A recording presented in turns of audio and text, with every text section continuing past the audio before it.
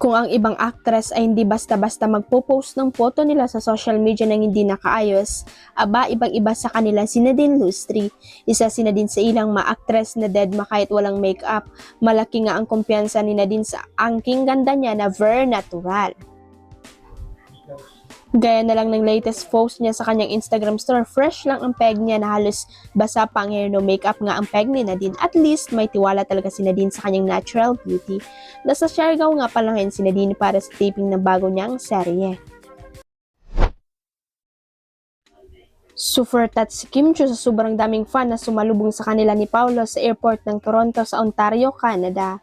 Sa social media post nga ni Kim, halos shock siya sa rami ng taong nag-abang sa kanila ni Pao. Nasa Toronto ang Kim Pao para sa last leg ng Love Kim Pao World Tour 2026. Galing ang dalawa sa Edmonton sa Alberta, Canada at tapos na rin ang mga show nila sa Redwood City at Anaheim, California.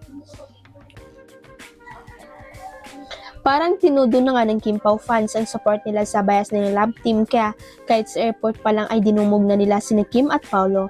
Nagmisto lang nagkaroon ng prosesyon ng mga kababayan natin sa Toronto Pearson International Airport dahil sa pagsalubong nila si Kim Pao Love Team. Siya nga pala, kahit marami ang kinikilig sa dalawa at nagsasabing mukhang magjowa na nga ang Kim Pao, ay may mga kontra pa rin at nagsasabing obvious sa kilos ni Kim at Paolo na wala pa talaga silang relasyon. Huwag kalimutang i-click ang subscribe button at i-ring ang notification bell para sa latest at legit chika updates.